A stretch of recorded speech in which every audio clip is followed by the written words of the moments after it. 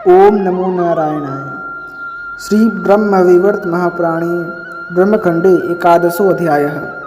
सूर्य के अनुरोध से सुतपा अश्विनी कुमारों को शाप मुक्त करना तथा संध्या निरत वैष्णव ब्राह्मण की प्रशंसा। सौनक जी ने पूछा, हे महाभाग सूतनंदन, उस ब्राह्मण ने अपनी पत्नी का त्याग करके शेष जीवन में कौन सा कार्य किया? अश्विनी कुमारों के नाम क्या हैं? वे दोनों किसके वंशज हैं? सौती बोले, हे ब्राह्मण, उन ब्राह्मण देवता का नाम सुतपा था। वे भारद्वाज कुल में उत्पन्न बहुत बड़े मुनि थे। उन्होंने पहले हिमालय पर रहकर भगवान श्री कृष्ण यानी विष्णु की प्रसन्नता के लिए दीर्घकाल तक तपस्या की थी।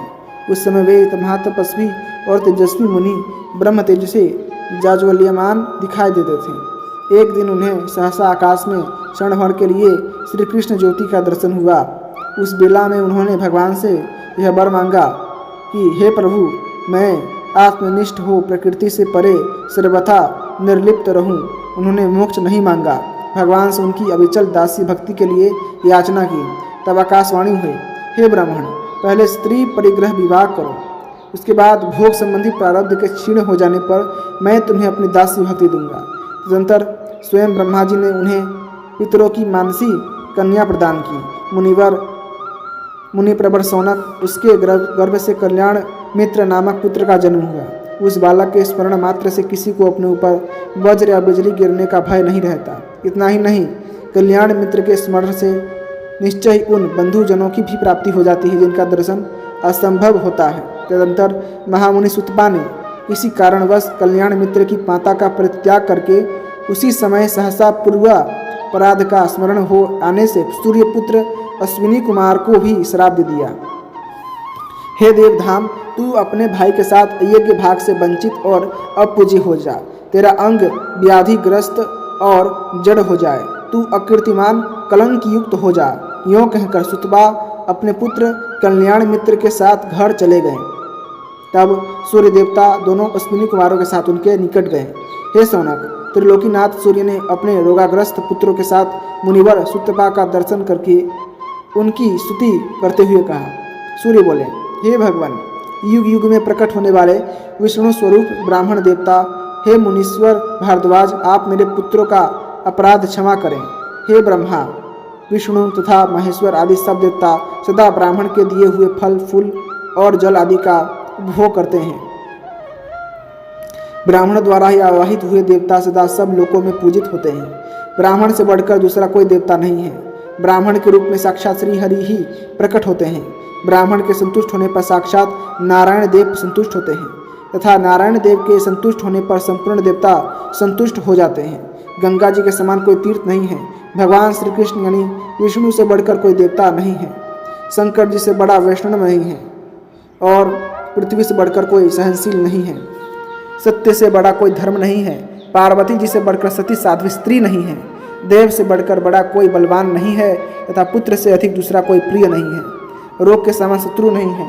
गुरु से बढ़कर पूजनीय, माता के तुल्य बंधु तथा पिता से बढ़कर दूसरा कोई मित्र नहीं है। सूर्य का यह वचन सुनकर भारद्वाज सुतपा मुनि ने उनको प्रणाम किया और अपनी तपस्या के फल से उनके दोनों पुत्रों को रोग मुक्त कर दिया। फिर कहा, हे देवेश्वर, आगे चलकर आपके दोनों पुत्र यज्ञ भाग के अधिकारी होंगे। यूँ कह सुतपा मुनि ने भगवान सूर्य को प्रणाम किया और तपस्या के क्षीण होने के भय से भयभीत हो श्री हरि की सेवा में मन लगाकर गंगा तट को प्रस्थान किया। तत्पश्चात भगवान सूर्य दोनों पुत्रों के साथ अपने धाम को चले गए। विद्वान हो या विद्याहीन, जो ब्राह्मण प्रतिदिन संध्या बंदन करके पवित्र होता है, वही भगवान विष्णु के समान वंदनीय है। यदि वह भगवान से विमुख हो तो आदर का पात्र नहीं है। जो एकादशी को भोजन नहीं करता और प्रतिदिन श्री कृष्ण की आराधना करता है, उस ब्राह्मण का चरणोदक पाकर कोई भी स्थान निश्चय ही तीर्थ बन जाता है। जो नित्य प्रति भगवान को भोग लगाकर उनका उच्छिष्ट भोजन करता है तथा उनके नैवेद्य को मुख में ग्रहण करता है, वह इस भूतल पर परम पवित्र एवं जीवन मुक्त है। कुलीन द्विजों का जो अन्न जल भगवान विष्णु को अर्पित नहीं किया गया, वह मलमूत्र के समान है, ऐसा ब्रह्मा जी का कथन है। ब्रह्मा जी तथा उनके पुत्र सनकादि सभी विष्णु परायण हैं। फिर उन्हीं के कुल में उत्पन्न हुआ ब्राह्मण श्री हरि से विमुख कैसे हो सकता है? माता पिता नाना आदि अथवा गुरु के संसर्ग दोष से भी जो ब्राह्मण श्री हरि से विमुख हो जाते हैं वे जीते जी ही मुर्दे के समान हैं।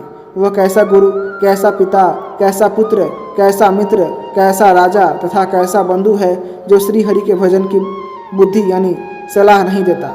हे विप्रवर, अवैष्णव ब्राह्मण से वैष्णव चंडाल श्रेष्ठ है, क्योंकि वह वैष्णव चंडाल अपने बंधु गणों सहित संसार बंधन से मुक्त हो जाता है और वह अवैष्णव ब्राह्मण नरक में पड़ता है। हे ब्राह्मण, जो प्रतिदिन संध्या वंदन नहीं करता अथवा भगवान विष्णु से विमुख रहता है वह सदा अपवित्र माना गया है। जैसे विषहीन सर्प को सर्पाभास मात्र कहा गया है, उसी तरह संध्या कर्म तथा भगवत भक्ति से हीन ब्राह्मण ब्राह्मणाभास मात्र है।